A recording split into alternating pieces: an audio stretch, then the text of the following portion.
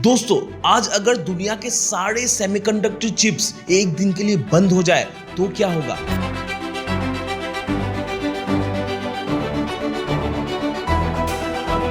क्या हम उससे इंपैक्ट होंगे या फिर हमें कुछ भी फर्क ही नहीं पड़ेगा? तो दोस्तों बता दो कि अगर कल को सेमीकंडक्टर चिप्स का सप्लाई रुक जाता है तो ना आपका फोन चलेगा, ना इंटरनेट, ना एटीएम्स, ना कार्स और इवन फ्लाइट्स भी नहीं चलेगा।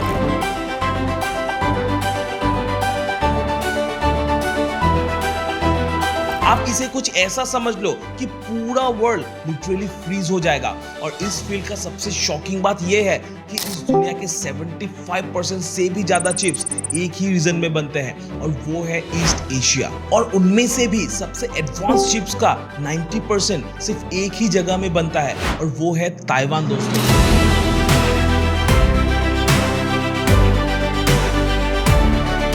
अब सोचिए कि अगर कल को कोई जियोपॉलिटिकल कॉन्फ्लिक्ट हो जाए और चिप्स का सप्लाई एकदम से ठप पड़ जाए तो क्या होगा?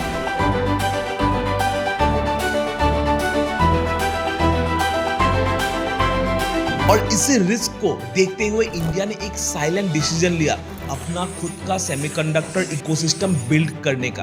और इस मिशन का सबसे अनएक्सपेक्टेड सेंटर बना असम। दोस्तों, हाँ सही सुन रहे हैं, वो ही असम जिसे हम सिर्फ चाय और बारिश और फ्लड के लिए जानते थे।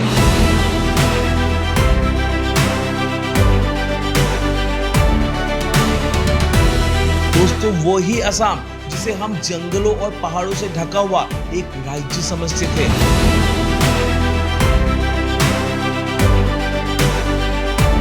और आज वही असम सेमीकंडक्टर का सेंटर बना हुआ है।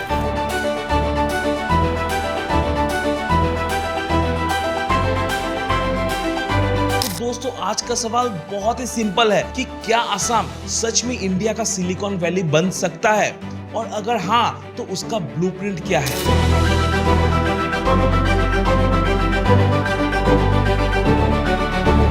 और दोस्तों, आज हम इस वीडियो में डीप रिसर्च के साथ, डाटा के साथ और रियल ग्राउंड इंपैक्ट के साथ इस पूरी स्टोरी को डिकोड करेंगे और जानेंगे how Tata semiconductor factory will change Assam forever.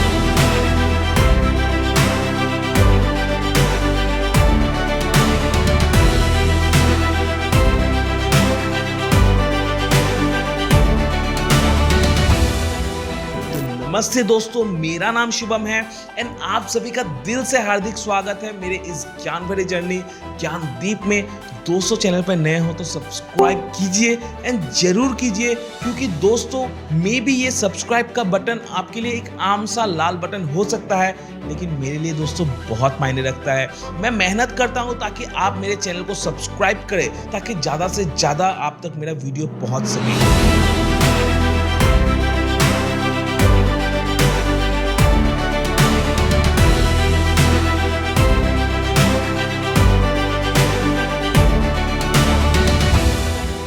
तो दोस्तों, आज की दुनिया ऑयल से नहीं चलती बल्कि डेटा से चलती है और डेटा को कंट्रोल करता है सेमीकंडक्टर चिप्स। दोस्तों, 2025 की अगर बात करें तो सिर्फ 2025 में ग्लोबल मार्केट का साइज लगभग $598 बिलियन का था और 2034 तक ये ऑलमोस्ट $1.4 ट्रिलियन तक पहुंच सकता है।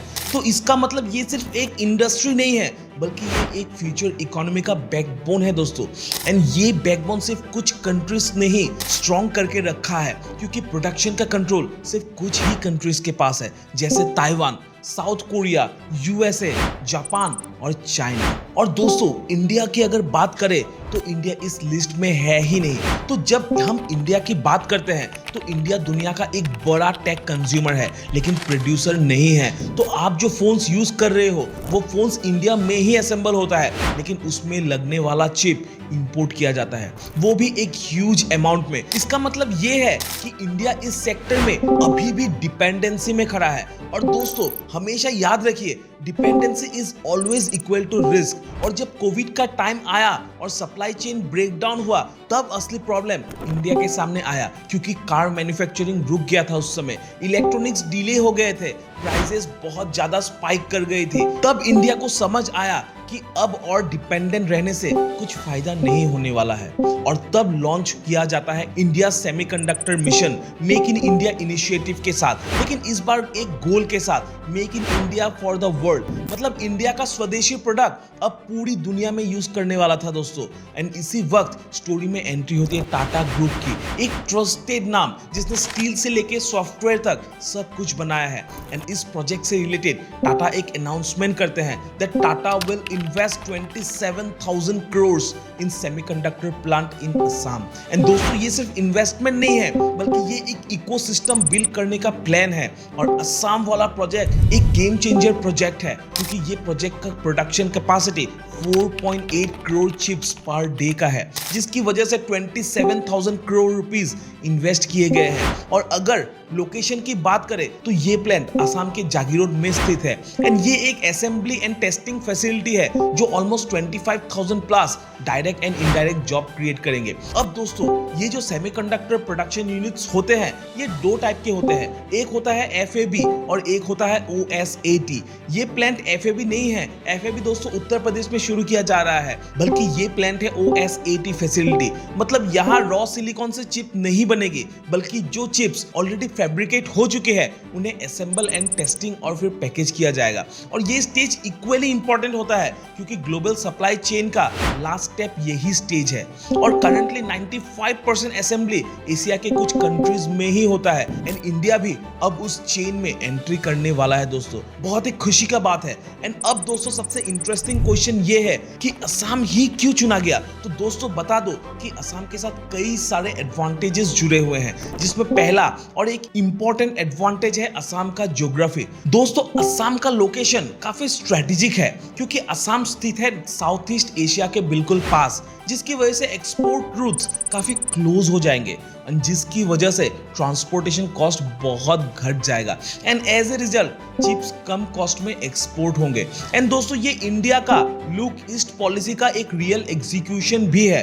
दूसरा एडवांटेज है एक्सपेंस एडवांटेज। देखिए दोस्तों मेट्रो सिटीज में लैंड महंगी होती है, लेबर कॉस्ट हाई होता है, इंफ्रास्ट्रक्चर्स कंजस्टेड होते हैं। और असम के केस में थोड़ा अलग है, जैसे कि हर चीज का कॉस्ट लो है, लैंड अवेलेबिलिटी भी है।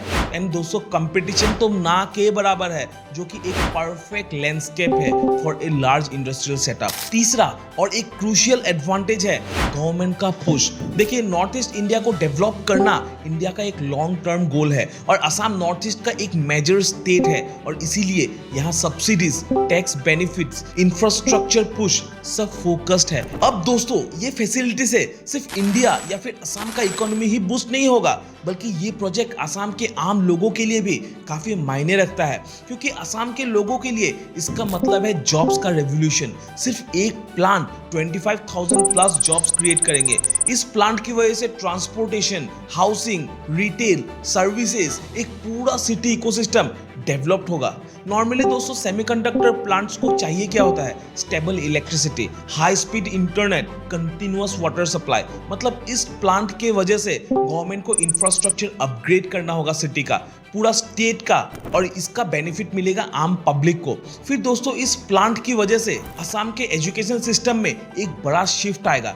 एंड अब असम में डिमांड होगी इंजीनियर्स की, टेक्नीशियंस की, चीफ डिजाइनर्स की। मतलब न्यू कॉलेजेस बनेंगे, स्किल डेवलपमेंट प्रोग्राम्स शुरू किए जाएंगे, ओवरऑल टेक्निकल एजुकेशन बूम हो जाएगा। फिर जो यूथ असम के बाहर जॉब करने के लिए माइग्रेट होते थे, कल वही यूथ इस प्रोजेक्ट के शुरू होने के बाद रिवर्स माइग्रेट करेंगे, क्योंकि सेमीकंडक्टर फैसिलिटी की वजह से काफी कंपनीज असम में आएंगे। And as a result Assam के लोग वापस आएंगे। अब हमने ये तो डिस्कस कर लिया कि सेमीकंडक्टर फैसिलिटी असम में स्टार्ट होते ही असम इवन इंडिया के लिए कितना एडवांटेजियस होगा। लेकिन दोस्तों इस प्लान का प्रॉपर एग्जीक्यूशन के टाइम काफी चैलेंजेस भी आने वाली है, जिसमें सबसे बड़ा चैलेंज है स्किल गैप का, क्योंकि इंडिया में सेमीकंडक्टर एक्सपर्टीज लिमिटेड है, जिसकी वजह से ट्रेनिंग इकोसिस्टम बिल्ड करना पड़ेगा। फिर दूसरा है इंफ्रास्ट्रक्चर कंसिस्टेंसी का, क्योंकि ऐसे बड़े फैसिलिटीज को 24/7 स्टेबल एनवायरनमेंट चाहिए, मतलब power cut is equal to loss. फिर तीसरा है supply chain dependency over raw materials, क्योंकि दोस्तों ये चिप्स के रॉ मटेरियल्स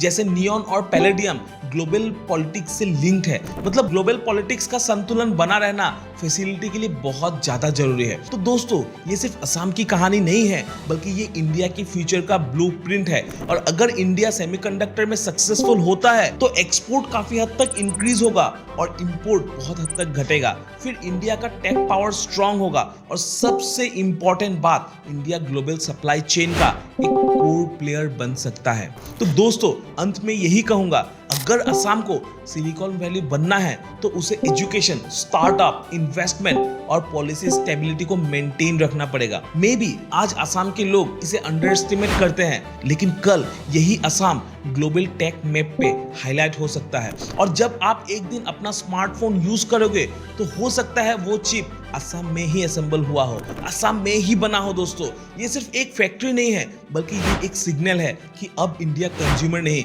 बल्कि क्रिएटर बनने वाला है। तो अगर आपको ऐसे ही डीप, सिंपल और पावरफुल एक्सप्लेनेशन पसंद है तो चैनल को सब्सक्राइब जरूर कीजिए और कमेंट में बताइए कि क्या लगता है, असम नेक्स्ट सिलिकॉन वैली बन सकता है या फिर ये सिर्फ एक ड्रीम है। आपसे मिलता हूं फिर एक नए इंफॉर्मेटिव वीडियो के साथ, तब तक के लिए स्टे हेल्दी, स्टे हाइड्रेटेड। जय हिंद।